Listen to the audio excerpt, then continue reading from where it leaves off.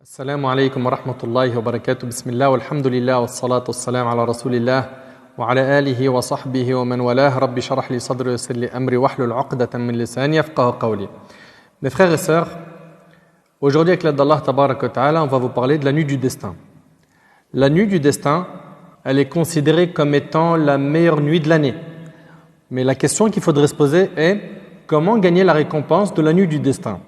Aïcha radiallahu ta'ala anha, elle rapporte كان رسول الله صلى الله عليه وسلم إذا دخل العشر الأواخر من رمضان أحيا الليل وأيقظ أهله وجد وشد المئزر متفق عليه.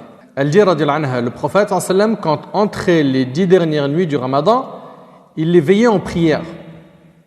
Donc retenez, il les veillait en prière quand? Les 10 dernières nuits de Ramadan. Réveillait sa famille et il redoublait de ferveur. Ça veut dire quoi? Ça veut dire que notre prophète sallallahu alayhi wa sallam faisait énormément d'efforts pendant ces 10 dernières nuits du mois de Ramadan. Ce hadith, il est rapporté par Bukhari et Muslim. Et rappelez-vous une chose, c'est que innamal a'mal bil khawatim, les actions ne valent que par leur fin. La fin de Ramadan doit être marquante. Marquante par quoi? Par nos efforts. Le prophète sallallahu alayhi wa sallam avait l'habitude pendant les 10 derniers jours de Ramadan de passer les nuits en prière, de réveiller sa famille. Et il faisait beaucoup plus d'adoration qu'avant. Il faudra donc que tu fasses beaucoup de prières la nuit, mais aussi dans la journée, autant que tu peux. Il faudra s'investir à fond dans la lecture du Coran, avec recueillement, avec la présence du cœur. Il faudra également que tu mettes le paquet sur le dhikr, l'évocation d'Allah subhanahu wa ta'ala, de toujours l'évoquer, que ta langue ne cesse d'évoquer Allah azza wa jal. Également, multiplier les invocations, de supplier Allah subhanahu wa ta'ala de nous pardonner, de nous affranchir du feu de l'enfer, d'accepter de notre part ce jeûne. Multiplions le dua, surtout pendant les 10 dernières nuits de Ramadan. Également, le fait de faire des bonnes actions. Des bonnes actions, et là, la porte, elle est ouverte, elle est large. Il y a énormément de choses à faire. Sois utile. Sois utile et fais beaucoup de bonnes actions. Enseigne, aide par tes compétences physiques, en donnant à manger à des gens dans le besoin, en participant à des maraudes, par exemple. Il y a différents moyens d'être utile. Il va falloir faire beaucoup d'efforts. Le prophète sallallahu alayhi wa sallam, on voit qu'il veillait ses nuits en prière, et regardez, dans le hadith, il réveillait sa famille. Car le prophète sallallahu alayhi wa sallam savait que la famille est une amana, un dépôt. Et oui, mes chers frères, nous sommes responsables de nos femmes, de nos enfants. Allah nous questionnera à leur sujet. Nous serons récompensés si on a fait notre devoir envers eux, et nous risquons d'être punis si on les a négligés. Allah tabarak wa ta'ala dans Surat Al-Tahrim, Surat 66, verset 6, a dit « Ya ayyuhalladhina amanu qu anfusakum wa ahlikum nara » Ô vous qui avez cru, préservez vos personnes et vos familles du feu.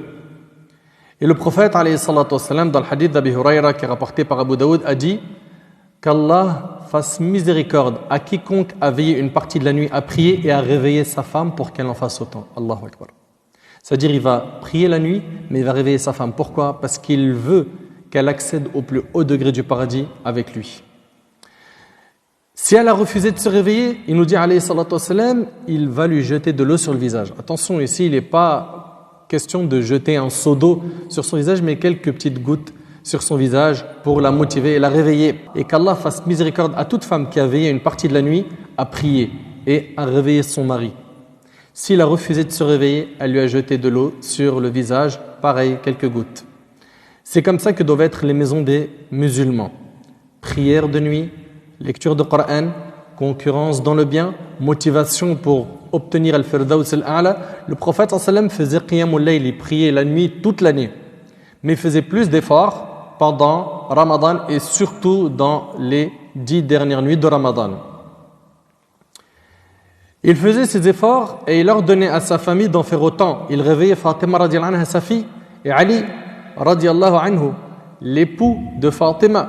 Pourquoi? Pour qu'eux aussi prient et profitent de leur nuit. Dans le Muwatta de l'imam Malik, rahimallah, il est rapporté que Omar ibn Khattab radiallahu anhu priait beaucoup la nuit. À une heure précise, il réveillait sa famille en récitant le verset suivant Wa'mur ahlaka bis-salah wastabir alayha. Et commande à ta famille la salat, la prière, et fais-la avec persévérance. Et c'est dans Sourate Taha, Sourate 20, verset 132. On réveille donc nos familles pour la salat. Le prophète sallam faisait cela. Mais concrètement, que faire à part la prière pendant la nuit du destin? Que faire pendant la nuit du destin? Ce qui nous a été demandé après les prières de nuit, c'est lecture de Coran, demande de pardon, dua, dhikr. Dua, c'est les invocations. Dhikr, c'est l'évocation de dire Subhanallah, Alhamdulillah, La ilaha illallah, Allahu Akbar, etc. Et là, pendant Ramadan, on a beaucoup de gens qui passent leur temps à regarder les téléréalités, à être sur Insta, Facebook, Snap, Twitter, à regarder ce qui se passe sur YouTube, les vidéos tendances, un tel influenceur a dit telle chose, à regarder des caméras cachées, des clips, des films, des séries, écouter du son, de la musique, et ils ne prient pas. Ni les prières obligatoires, ou des fois ils prient les prières obligatoires, mais ils n'ont pas de part dans les œuvres surrogatoires. Ils ne font pas tarawih, ils ne lisent pas le Coran, ils ne l'écoutent pas, ils ne font pas de dhikr. Leurs nuits sont mortes. Il n'y a pas d'adoration. Et subhanallah, Al-Hassan ibn Salih, rahimahullah, il avait une esclave. Il décida de la vendre. Cette esclave, une fois arrivée chez ses nouveaux propriétaires, se mit à prier l'Isha. Et elle avait l'habitude parfois de prier la nuit jusqu'à l'aube. Il lui arrivait des fois de prier jusqu'à l'aube. Et en plein milieu de la nuit, elle réveille les habitants de la maison et elle leur dit « Levez-vous, levez-vous ». Et là, la question qu'ils vont lui poser, c'est « Est-ce que le Fajr est entré ?» Elle va leur dire « Vous ne vous réveillez que pour le Fajr ?» Et là, eux, de dire « Oui ». Et là, subhanallah, elle va aller se plaindre à son ancien maître et elle va lui dire « Tu m'as vendu à de mauvaises personnes. » Allahu Akbar. « Bi'tani ila qawmi su'. » Tu m'as vendu à de mauvaises personnes. Ils dorment toute la nuit. Ils prient que le Fajr. Reprends-moi, reprends-moi. Et il l'a repris car elle craignait pour elle. Subhanallah, cette femme, si elle entrait aujourd'hui dans nos demeures, qu'est-ce qu'elle dirait? Parce qu'il ne priait pas la nuit, elle a dit reprends-moi. Mais aujourd'hui, il y en a, ils font que de désobéir à Allah pendant la nuit. Il y en a qui passent leur temps dans la désobéissance pendant la nuit de Ramadan. Une question qu'on doit se poser, pourquoi le prophète sallallahu alayhi wa sallam faisait beaucoup plus d'efforts dans les 10 derniers jours de Ramadan que dans les autres jours? La réponse est qu'il voulait gagner la récompense de la nuit du destin, qui est une nuit bénie. Anas ibn Malik radiyallahu anhu a dit, quand le mois du Ramadan est arrivé, le prophète sallallahu alayhi wa sallam avait dit, ce mois vous est venu, dans lequel se trouve une nuit qui vaut mieux que 1000 mois. Celui qui en est privé de tous les biens et n'est privé de bienfaits qu'un déshérité, c'est-à-dire une personne qui est privée. Et c'est rapporté par Ibn Majah. La nuit du destin a des mérites que seul Allah tabaraka wa ta'ala connaît. Savez-vous quels sont les mérites de la nuit du destin? Déjà, pour commencer, sachez qu'Allah tabaraka wa ta'ala crée et choisit ce qu'il veut de sa création.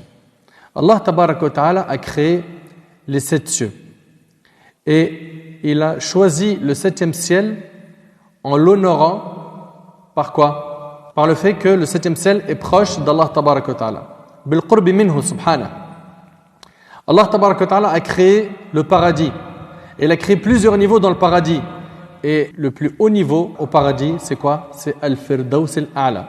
Allah tabaraka wa ta'ala a créé les prophètes. Parmi eux, il a choisi, comme vous le savez, Nuh, Ibrahim, Moussa, Isa et Muhammad alayhi salatu wassalam, les doués de fermeté, ulul azm min ar-rusul. Parmi eux, il a élu et choisi Al-Khalilan, Ibrahim et Muhammad alayhi salam. Et parmi les deux, il a choisi Muhammad sallallahu alayhi wa sallam. Il a créé les anges. Et parmi tous les anges, il a choisi Jibril alayhi salam. Il a créé les mois et parmi tous les mois, il a choisi le mois de Ramadan. Les jours, parmi les jours, il a choisi le jour de Arafah. Et parmi les nuits, la meilleure nuit qu'Allah tabaraka wa ta'ala a choisi pour nous, c'est la nuit du destin. Surat al-Qadr, la sourate 97, elle contient 5 versets. Allah tabaraka wa ta'ala nous dit بعد أعوذ بالله من الشيطان الرجيم بسم الله الرحمن الرحيم إنا أنزلناه في ليلة القدر وما أدراك ما ليلة القدر ليلة القدر خير من 1000 شهر تنزل الملائكة والروح فيها بإذن ربهم من كل أمر سلام هي حتى مطلع الفجر. Allah Azza wa Jalla nous dit, nous l'avons certes fait descendre, c'est-à-dire le Coran, pendant la nuit d'Al-Qadr, la nuit du destin. Et qui te dira ce qu'est la nuit d'Al-Qadr? La nuit d'Al-Qadr est meilleure que 1000 mois. Durant celle-ci, descendent les anges ainsi que l'esprit. L'esprit, c'est Jibril alayhi salam. Par permission de leur Seigneur pour tout ordre. Elle est paix et salut jusqu'à l'apparition de l'aube. Premier mérite de la nuit du destin, c'est qu'Allah subhanahu wa ta'ala a révélé une sourate qui parle d'elle. Deuxième mérite de la nuit du destin, c'est qu'Allah subhanahu wa ta'ala l'a honorée en disant wa ma adraka ma laylatul qadr. Et qui te dira ce qu'est la nuit de l'Qadr? Ça veut dire si seulement tu savais ce qu'était la nuit du destin. Troisième mérite de la nuit du destin, c'est qu'Allah subhanahu wa ta'ala a fait descendre le Coran de Al-Lawh al-Mahfouz, la table gardée, à la maison de la gloire qui se trouve au ciel inférieur pendant cette nuit. On entend par la descente du Coran pendant Laylatul Qadr le début de sa révélation. Donc le début de la descente du Coran a eu lieu pendant Laylatul Qadr. Puis il continua à être révélé de manière fragmentaire selon les événements et les circonstances. Pendant, comme vous le savez, 23 ans. Quatrième mérite de la nuit du destin, c'est qu'Allah tabaraka wa ta'ala a dit qu'elle vaut mieux que 1000 mois. Allahu Akbar. Laylatul Qadr khayrun min alfi shahr. Attention, la nuit du destin ne vaut pas 1000 mois. Non. Elle vaut mieux que 1000 mois d'adoration. Et 1000 mois, ça fait environ 83 ans et 4 mois. Subhanallah. Une nuit, tu fais beaucoup d'efforts et tu es récompensé. Tu es récompensé de plus de 80 ans d'adoration. Combien sont ceux qui ont vécu plus de 80 ans? Dans le hadith de Tirmidhi qui est rapporté par Abu Huraira, le prophète sallallahu alayhi wa sallam a dit: les membres de ma communauté vivront entre 60 et 70 ans et peu de gens dépasseront ces âges. En moyenne, les gens vivent entre 60 et 70 ans. Alors ne ratez pas l'occasion de la nuit du destin, qui vaut mieux que 83 ans d'adoration. Cette nuit est un trésor. Éloignez-vous de la télé, de regarder du foot, de jouer, de rigoler, de perdre votre temps pendant les 10 dernières nuits. Cinquième mérite de la nuit du destin, c'est que les anges descendent sur terre et ils sont là par milliers, par millions, voire peut-être par milliards. Ils sont très nombreux. Durant celle-ci, Allah nous dit, durant celle-ci, descendent les anges ainsi que l'esprit, par permission de leur Seigneur, pour tout ordre. Les anges descendent très nombreux cette nuit-là, et comme vous le savez, les anges ne descendent qu'avec le bien. Ils viennent accompagnés de qui? De Jibril alayhi salam. Tous viennent pour cette nuit. Jibril, le chef des anges, est là, il est ici présent pendant la nuit du destin. Abdullah ibn Mas'ud radiyallahu anhu rapporte que le prophète sallallahu alayhi wa sallam a vu Jibril dans sa forme disposant de 600 ailes. Chacune d'elles a obstrué l'horizon, tombant de son aile des choses multicolores, des perles et des pierres précieuses rapportées par Ahmed dans le Musnad. Imagine un peu, Jibril alayhi salam et un nombre incalculable d'anges descendent sur terre. Ce n'est pas pour rien qu'ils sont là. Ils sont là, ils font des invocations pour nous. Cette nuit est très importante et les anges restent en notre compagnie jusqu'à quand? Jusqu'au Fajr. Puis après ils s'en vont. Et ce nombre d'anges prouve que cette nuit est importante. Abu Huraira radiyallahu anhu, il rapporte que le prophète sallallahu alayhi wa sallam a dit que la nuit du destin était celle du 27 ou 29, dans cette version rapportée par Ahmed. Que les anges, et c'est ça le shahid, écoutez attentivement ici, le prophète dit que les anges descendent sur terre pendant cette nuit et sont plus nombreux que les cailloux. Allahu Akbar. T'imagines un peu? C'est-à-dire qu'il y a des millions d'anges qui descendent, voire des milliards. Allahu a'lam. Seul Allah connaît leur nombre. Ils sont très nombreux à descendre pendant cette nuit. Sixième mérite de la nuit du destin, c'est que cette nuit est une nuit de paix. Allah tabaraka wa ta'ala nous dit: Salamun hiya hatta matla'il fajr. Elle est paix et salut jusqu'à l'apparition de l'aube.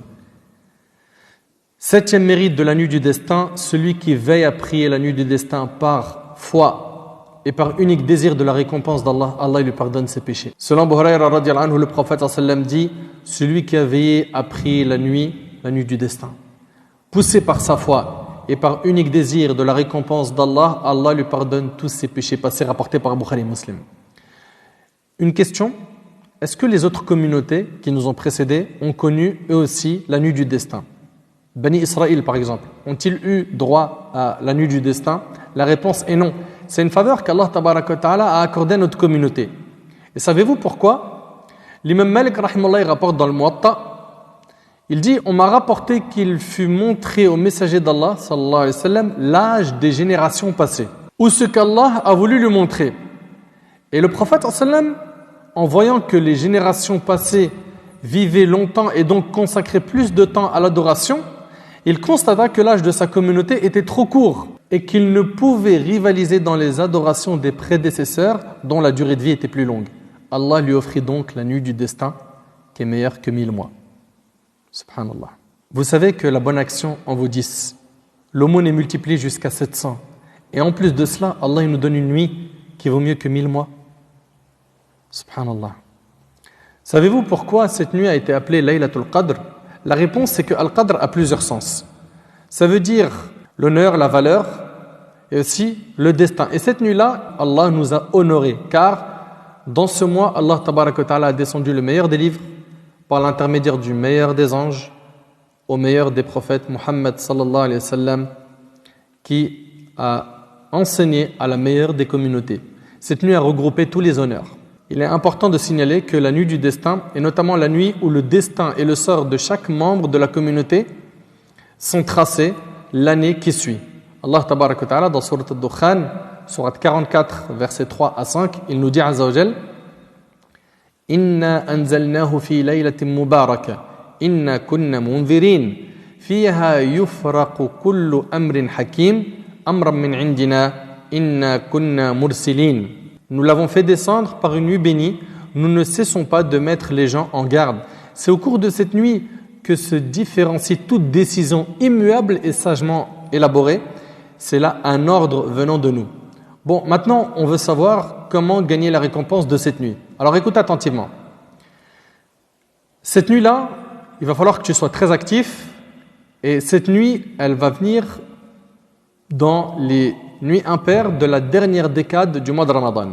Selon Aïcha radhiyallahu anha, le prophète sallam nous dit que la nuit du destin, elle est dans les nuits impaires des 10 derniers jours de Ramadan rapportés par le Bukhari. Et dans une autre version de Bukhari, le prophète sallam a dit cherchez la nuit du destin dans les nuits impaires de la dernière décade du mois de Ramadan. Ça veut dire quoi? Le prophète sallam il nous enseigne que la nuit du destin tombe dans une nuit impaire de la dernière décade. C'est-à-dire ça peut être soit le 21, soit le 23, soit le 25, soit le 27, soit le 29 du mois de Ramadan. Ibn Hajar, rahimallah, il n'est pas le seul. Ibn Abd al-Barr, rahimallah, également, dans Tamhid, ils disent que la nuit du destin, tantaqil fi kulli witr min al-ashr al-awakhir. Elle change de date chaque année. Tantôt, elle sera le 21. Notre fois, ça peut être le 23. Ça peut être le 25, 27 ou 29. Ça change chaque année. D'accord? Donc il est possible que cette année, elle vienne le 27, l'année d'après par exemple c'est le 25, l'année d'après c'est le 29. Allah subhanahu wa ta'ala seul sait quand vient la nuit du destin. Et d'ailleurs, il y a une grande sagesse dans le fait qu'Allah tabaraka wa ta'ala a caché cette nuit. Pourquoi? Pour qu'on fasse des efforts dans toutes les nuits impaires des 10 derniers jours. Car si il y avait un texte clair qui disait c'est uniquement le 27 ou uniquement le 23, les gens ils auraient fait des efforts pour le 23. Et après, c'est terminé. Disparition de la mosquée et des efforts pendant Ramadan. C'est vrai qu'on trouve un hadith où Ubay ibn Ka'b radiyallahu anhu, et c'est rapporté par l'imam Muslim, il dit par Allah, c'est une nuit de Ramadan. Par Allah, je sais de quelle nuit il s'agit. C'est la nuit que le prophète sallallahu alayhi wa sallam nous avait recommandé de veiller en prière et en adoration, à savoir la nuit du 27 de Ramadan. On la reconnaît à son lever de soleil blanchâtre et sans rayon. Donc ici, Ubay ibn Ka'b, radiyallahu anhu, il n'est pas le seul. Parmi nos ancêtres, rahimahumullah, était de l'avis que la nuit du destin, c'est la nuit du 27. Mais ce qu'il faut savoir, c'est que la réponse qu'il a donnée concernait l'année dans laquelle il se trouvait, wallahu a'lam. Et que ce n'est pas valable pour tous les ans. D'accord? Et puis, si Allah subhanahu wa ta'ala nous avait donné la date de la nuit du destin, on vous l'a dit, les gens feraient des efforts que pendant cette date-là, et ils ne reviendraient plus à la mosquée, et ils ne feraient plus d'efforts. C'est donc une sagesse de la part d'Allah de l'avoir caché, afin qu'on fasse des efforts pendant tout le mois de Ramadan. D'accord? Et surtout dans les 10 derniers jours de Ramadan. Comprenez donc que ce n'est pas forcément le 27, ça peut être le 27 et ça peut être une autre date. Toi qui vas avoir la récompense de la nuit du destin, fais des efforts pendant les dernières nuits de Ramadan. Ne laisse aucune nuit passer sans prier, lire du Coran, faire du dhikr. Et puis sois sincère dans ta demande d'exaucement de dua. Sois sincère dans tes adorations. Toi qui veux à tout prix l'affranchissement du feu de l'enfer. Toi qui veux à tout prix le faraj, qui veux à tout prix la délivrance de tes soucis, de tes épreuves. Demande sincèrement à Allah subhanahu wa ta'ala ce que tu souhaites. Fais beaucoup de dua. Et apprenez à faire des dua dans les occasions où l'invocation est exaucée. Comme pendant que tu romps le jeûne. Comme quand la pluie, elle descend. quand tu es en voyage, quand tu bois zamzam, entre l'adhan et l'iqama, etc., etc. Choisis donc les moments qu'il faut pour faire des du'as. Quand tu demandes à Allah subhanahu wa ta'ala, demande beaucoup. Et demande avec insistance. Allah subhanahu wa ta'ala, il aime l'insistance. L'humain n'aime pas ça. L'humain n'aime pas qu'on le sollicite plusieurs fois. Mais Allah tabaraka wa ta'ala, il aime qu'on insiste. Et d'ailleurs, dans le hadith, Abu Huraira radiallahu anhu, il dit, le prophète sallallahu alayhi wa sallam a dit, quiconque ne demande pas à Allah, Allah se met en colère contre lui, rapporté par Tirmidhi. Donc là, il faut que tu demandes à Allah subhanahu wa ta'ala. À celui et celles qui veulent gagner la récompense de la nuit du destin, qu'ils apprennent la valeur de cette nuit afin de bien se préparer à l'accueillir. Beaucoup de gens ignorent tout ce qu'on vient de dire aujourd'hui. C'est une nuit pas comme les autres. Il s'agit d'une nuit pas comme les autres. Pour certaines, la fin de mois de Ramadan, c'est acheter les vêtements de l'Eid, les cadeaux de l'Eid. La sœur, elle prépare les gâteaux de l'Eid. Les mamans préparent les gâteaux de l'Eid. Et les dernières nuits de Ramadan passent dans le dunya. Et ça ne doit pas être comme ça. Dans cette période-là, on voit les gens dans les supermarchés, comme au début de Ramadan, en train d'acheter des vêtements, etc., etc. Je n'ai pas dit que c'est interdit, mais organise-toi pour que les 10 dernières nuits ne soient pas touchées. Organise-toi pour que tu sois concentré pendant les dernières nuits de Ramadan. Également, il y a une chose que le prophète sallallahu alayhi wa sallam faisait pendant les dernières nuits de Ramadan, c'est l'i'tikaf, la retraite pieuse, le fait de consacrer un temps à l'adoration dans la mosquée. Pour l'imam Malik, rahimallah, c'est un jour et une nuit minimum. Et le mieux, c'est de rester les 10 derniers jours de Ramadan dans la mosquée à faire l'i'tikaf. Le prophète sallallahu alayhi wa sallam a fait l'i'tikaf dans les 10 dernières nuits de Ramadan, rapporté par Bukhari et Muslim selon Aïcha. Et elle rapporte également dans Bukhari et Muslim que le prophète sallallahu alayhi wa sallam faisait l'i'tikaf, la retraite spirituelle, pendant les 10 derniers jours de Ramadan, et ce jusqu'à sa mort. Ses épouses continuèrent à le faire. Ça montre que les femmes ont le droit de faire l'i'tikaf également.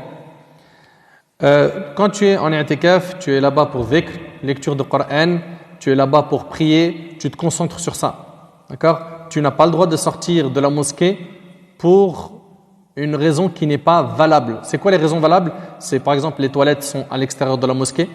Quelqu'un qui a fait un rêve érotique par exemple et qui a besoin de faire le ghusl et il doit sortir pour faire le ghusl parce qu'il n'y a pas de douche à l'intérieur de la mosquée. Acheter à manger, à boire. Il en a besoin, mais à ce moment-là, il va dans le supermarché le plus proche. D'accord ? Il ne va pas à celui qui est éloigné. Si jamais il tombe malade ou elle est indisposée, bien sûr, on parle d'une maladie importante, il a le droit de rentrer se soigner et il rentrera à la mosquée de nouveau pour compléter l'i'tikaf qu'il avait déjà commencé. Et pour la femme, dès qu'elle est pure, elle peut revenir à la mosquée car chez les 4 écoles, elle n'a pas le droit de rester à la mosquée. D'accord ? L'i'tikaf, c'est quelque chose qu'il ne faut pas abandonner. Malheureusement aujourd'hui, de moins en moins de mosquées l'organisent et de moins en moins de gens en parlent. Ensuite vient une question très importante. Est-ce qu'il y a une dua particulière à dire pendant la nuit du destin ? La réponse est oui. Et c'était la question de notre mère Aïcha radiallahu anha.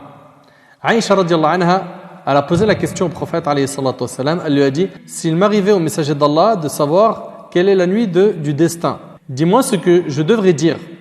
Le prophète sallallahu alayhi wa sallam lui a dit de dire Quli Allahumma innaka afu tuhibbul afu fa'fu anni. Et c'est rapporté par Tirmidhi. Seigneur Allah, tu es pardonneur, tu aimes le pardon, ainsi pardonne-moi. Donc rappelez-vous de cette invocation et multipliez-la dans les nuits impaires de la dernière décade de Ramadan. Et selon Jabir ibn Abdullah radiyallahu anhu, le prophète sallallahu alayhi wa sallam a dit on m'a certes montré la nuit du destin, puis on me l'a fait oublier. Elle se trouvait dans les 10 dernières nuits et elle était une nuit douce, claire, ni chaude ni froide. Et c'est rapporté par Ibn Khuzaymah. Là, c'est les signes pour reconnaître la nuit du destin. Ils sont évoqués dans ce hadith et dans un autre. Et je vous invite à ne pas vous attarder sur ces signes. Il y a des gens, ils passent leur nuit à regarder par la fenêtre. Tiens, le ciel, il est dégagé, ceci, cela. Concentre-toi sur tes adorations. Il y a aussi un autre texte, celui de Ubay ibn Ka'b radiyallahu anhu. Lorsqu'il a été questionné sur ces signes, les signes de la nuit du destin, il a dit que le prophète sallallahu alayhi wa sallam nous a informé que le soleil se lève le matin de cette nuit-là sans rayon. Et dans la version de l'imam Muslim, blanc sans rayon.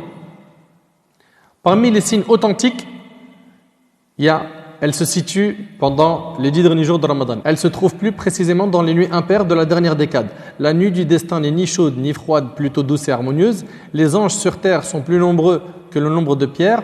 le matin de la nuit du destin, le soleil se lève sans rayonnement, tel une écueil jusqu'à ce qu'il se lève. Parmi les faux signes, et vous allez en entendre de toutes les couleurs. Il y en a, ils vont dire, moi j'ai vu des chiens qui aboient. Je pense que c'est la nuit du destin. Ah ouais, sacré signe. D'autres, ils vont dire, les ânes ne braillent pas. D'autres vont dire, l'eau de la mer est suave et onctueuse. Tout ça, c'est des faux signes. D'autres vont dire, les arbres plient leurs branches par crainte d'Allah. Faux signe. Ou d'autres vont dire, on voit la lumière dans les lieux ténébreux. Arrêtez, s'il vous plaît. Ok ? Il y en a même d'autres qui vont dire, je crois que j'ai vu un cheval dans le ciel. Couvre-toi bien avant de dormir. Ok ? Parce que je pense que tu fais beaucoup de rêves bizarres. Pour finir, voyons ensemble les erreurs que font pas mal de musulmans pendant la nuit du destin. 1. Le fait d'être insouciant pendant les nuits impaires de la dernière décade. Que ce soit en faisant à manger, en restant devant nos écrans, en faisant du shopping ou autre. 2. Le fait de prier Tarawih pendant le début de Ramadan et laisser tomber la fin. C'est une erreur. La fin est plus importante. Pourquoi ? Elle contient la nuit du destin. Et rappelez-vous que le prophète sallam faisait plus d'efforts à la fin qu'au début. 3. Le fait de croire que cette nuit contient des miracles. Non. 4. Le fait que les frères cherchent les signes de la nuit du destin en délaissant les adorations telles que le Coran, la prière, etc. Notre souci, c'est pas de savoir quand a eu lieu cette nuit, c'est de cartonner pendant toutes les nuits impaires. 5. Le fait de prier des prières particulières telles que Salat, Hifz al-Qur'an, tout ça c'est des choses qui font partie des erreurs et des innovations à ne pas faire. Certains vont dire voilà, il y a une prière précise à spécifier pour les nuits impaires. Tout ça n'est pas à faire. Parmi les erreurs faites par beaucoup de gens, c'est qu'ils vont venir le 27 et le 29, il n'y a personne dans la mosquée. Le 27, on a tout le monde. C'est une nuit impaire, c'est vrai. C'est important de venir le 27, tout comme le 21, le 23 et le 25. Mais pourquoi le 29, il n'y a plus personne ? Il est possible que la nuit du destin tombe le 29. Donc ça, c'est à corriger. Et pour finir, dernière erreur, c'est le fait de dire que la nuit du destin n'existe plus. Ça, c'est n'importe quoi. Elle continuera d'exister jusqu'à la fin des temps. Ces signes sont, comme on l'a vu dans le hadith de Ubay, un soleil blanchâtre et sans rayon. Qu'Allah tabarak wa ta'ala nous accorde la récompense de la nuit du destin. Qu'Allah azza wa jal accepte nos efforts. أسأل الله سبحانه وتعالى أن ينفعني بما قلت وأن ينفعكم بما سمعتم هذا ما أعلم والله عز وجل أعلى وأعلم سبحانك اللهم وبحمدك أشهد أن لا إله إلا أنت أستغفرك وأتوب إليك وآخر دعوانا أن الحمد لله رب العالمين والسلام عليكم ورحمة الله وبركاته.